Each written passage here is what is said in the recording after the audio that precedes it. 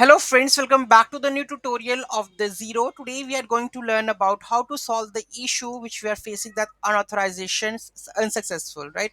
Authorization unsuccessful. How to solve these issues? This issue is basically I'm trying to create a contact, right? Um every time it says that unauthorization unsuccessful or authorization unsuccessful.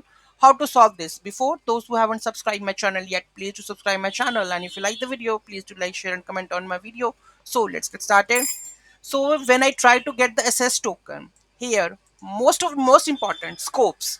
So which API you want to use, that scope should be mentioned. Well, whenever we trying to get the SS token, it always come with the scopes, right? So what I try to get it, that is accounting transactions, accounting contacts, accounting settings. So basically accounting contacts is not there. If I go with the control Z, okay, accounting contact is not there because I trying to get the contacts, right? So it's that reason the accounting contacts is not there, and it shows me that unauthorization part because I'm using that token which is unauthorized. Okay, so you need to add this token, right? And scopes over here. After this, let's save this and let's try to run our project. So here we go with this one.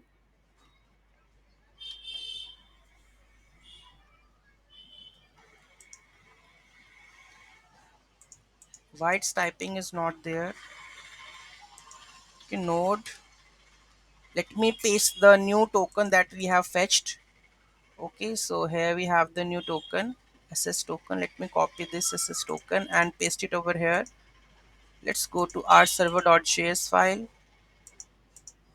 right? Now add it to the SS token over here, authorization token. Let's add it, save this. Let's scroll down. Okay, so here we have a new contact name, area code, and everything is added. Let's try to hit it and let's make it a put request. Okay, save this, right? Save this and let's try to run over here. Node server.js, and here you can see that contact updated with the test product and all. New contact name. If I go over here in my account, okay, so here we go with the contacts details. Here we have a three. The next record will be added over here. You can see. Okay, you can see that new contact name. So this is how we are able to add the new contact also. Let's dive into the code also. So how we have updated this one. Okay, so that issue is also resolved, and here you can also get to know about how to add these contacts. Okay, so here we have the function. Okay, so here we have a Xeos.env configuration. Otherwise you can put the authorization token over here. Zero tenant ID that is required. Okay, then we have a new contact data with the new contact, new email, mobile number, new mobile number. You can add any of the mobile number like 1 2 3 4 5 6 7 8 9 10. Okay, then we have a phone type mobile. Then I will add here the John Doe contact name. Okay, and here we have a John Doe email also. Okay, with phone country code plus 91.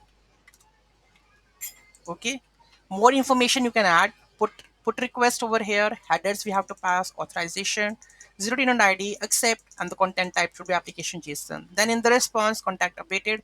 If something goes wrong, then fail to update the contact, else contact updated. Save this, run this, and here you can see contact is updated with the new one, which name is John Doe. Let's go and check this one. Here we have the John Doe right now.